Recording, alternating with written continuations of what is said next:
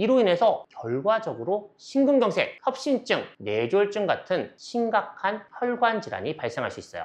그런데 제가 고지혈증이 높아서 약을 처방해 드리려고 하면 환자분들이 가끔 물어보세요. 저 지금 고지혈증이 있다고는 했는데 콜레스테롤 높다고는 했는데 아픈 데가 없어요. 꼭 약을 먹어야 돼요? 나이가 들면 자연스럽게 올라가는 거 아닌가요? 콜레스테롤이란 말 어감만 들으면요 무언가 기름덩어리 같고 비만과 연관돼 보이고 나쁘게 들리죠. 하지만 이 콜레스테롤도요 우리 몸에는 필수적인 성분이에요. 콜레스테롤 중에서 의사가 신경 쓰고 있는 건 나쁜 콜레스테롤이에요. 대표적인 나쁜 놈 저밀도 콜레스테롤인 LDL 그리고 중성지방이 있죠. 내과에서는요 이 나쁜 콜레스테롤이 높아서 약을 드시는 분들이 정말 많아요. 그런데 콜레스테롤 높은 게 흔하다고 해서 이 수치를 가볍게 보면 위험할 수가 있어요. 콜레스테롤 중에서 나쁜 콜레스테롤이 높은 것을 다른 말로 고지혈증이라고 하는데요. 과거엔 40대 이상 중장년층에서 고지혈증, 콜레스테롤 높은 분들이 많았어요.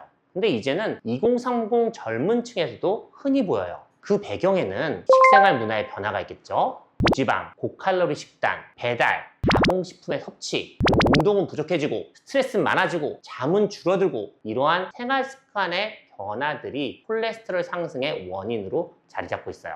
특히나 마른 체형인데도 근육은 부족하고 내장 지방이 많아지면 나쁜 콜레스테롤이 충분히 높을 수가 있어서 주의가 필요해요. 원장님, 우리 몸에 콜레스테롤이 높으면 어떤 일이 생기나요? 우리 몸속에 콜레스테롤이 높다는 말은요 우리 몸속 혈관에 떠다니는 나쁜 콜레스테롤이 높다는 뜻이에요. 그 중에서 LDL 콜레스테롤이 많아지면 혈관 벽에 지방과 염증이 쌓이는 죽상경화증이 진행하고요. 이로 인해서 결과적으로 심근경색, 협심증, 뇌졸중 같은 심각한 혈관 질환이 발생할 수 있어요.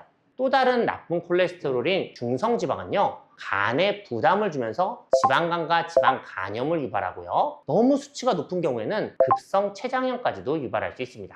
그런데 제가 고지혈증이 높아서 약을 처방해 드리려고 하면 환자분들이 가끔 물어보세요. 저 지금 고지혈증이 있다고는 했는데 콜레스테롤 높다고는 했는데 아픈 데가 없어요. 꼭 약을 먹어야 돼요? 이렇게 물어보는 분들이 있어요. 여러분, 콜레스테롤이 높다고요? 지금 당장 어디가 아프고 힘들고 그렇진 않아요. 다만 나쁜 콜레스테롤이 높은 상태로 오랫동안 방치하면은 평소에 콜레스테롤을 관리를 잘한 사람들과 비교했을 때 10년 뒤, 20년 뒤에는 몇 배나 무시무시하고 치명적인 합병증인 심장, 뇌, 혈관이 막히는 합병증이 많이 발생하는 거예요. 그래서 여러분들이 건강검진할 때는요 기본 혈액 검사에 콜레스테롤 검사가 빠지지 않는 거예요. 미리미리 안 아플 때 아무런 증상이 없을 때 발견해서 관리하자는 의미예요. 그럼 콜레스테롤을 확 낮추는 비법 알려주세요. 콜레스테롤 단 2주만 노력해도 그 수치가 개선될 수가 있어요. 가장 효과적인 방법은 규칙적인 유산소 운동이에요. 하루에 30분 이상 빠르게 걷거나 자전거, 수영과 같은 이 유산소 운동 무엇이든 숨이 찰 수 있는 운동을 실천해 보세요.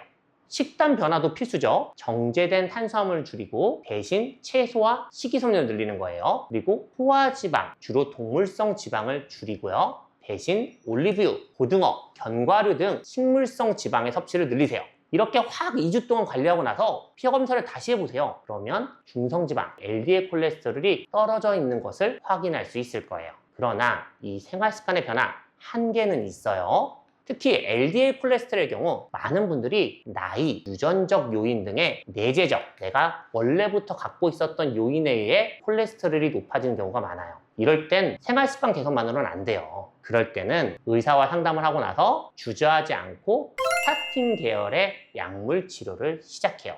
이 약물 치료에 거부감이 있는 분들도 참 많지만요. 이렇게 한번 생각해 주세요. 전 세계에서 수십 년간 수많은 사람들을 대상으로 이미 여러 연구를 통해서 이 약물 치료가 나쁜 콜레스테롤을 낮추고 무서운 뇌경색, 심혈관 질환을 예방하는 것들이 증명이 다 돼 있어요. 드물게 생기는 부작용이 있을까봐 그 부작용이 겁나서 그냥 고지혈증을 방치하실 건가요? 이렇게 묻고 싶어요. 아니면 확실한 효과가 검증되어 있는 약을 드시면서 정기적으로 관리를 받아보실 건가요? 원장님, 콜레스테롤을 낮추는데 도움이 되는 음식과 피해야 하는 음식 알려주세요. 콜레스테롤을 낮추는 약은 의사와 상의해서 처방을 받아요. 그런데 음식은요, 본인들이 챙겨야 돼요. 제가 알려드려야겠죠. 콜레스테롤 수치를 낮추는데 효과적인 음식으로는 대표적으로 귀리와 견과류, 그리고 고등어나 연어와 같은 생선, 다양한 채소, 과일, 그리고 올리브 오일이나 아보카도 같은 식물성 지방이 있어요. 반면에 피해야 할 음식도 있는데요. 버터나 라드처럼 포화지방이 많은 식품, 튀김 음식과 가공육, 그리고 정제된 탄수화물이 많은 과자, 빵, 트랜스 지방이 많은 패스트푸드나 마가린 등이 있어요. 그런데 여러분, 여기서 주의할 점이 있어요. 피해야 할 음식도 많이 먹으면서 콜레스테롤에 좋다는 식물성 지방도 더 많이 먹으면 그건 좋은 게 아니에요. 결국 살만 쪄요. 무엇을 먹고 그리고 같이 무엇을 피하느냐가 콜레스테롤 관리의 핵심입니다. 콜레스테롤 수치는요, 오늘부터 생활 습관을 바꾸면 단 2주만 해도 변화가 시작될 수 있어요. 콜레스테롤이 높다면 지금이 바로 실천할 시간입니다.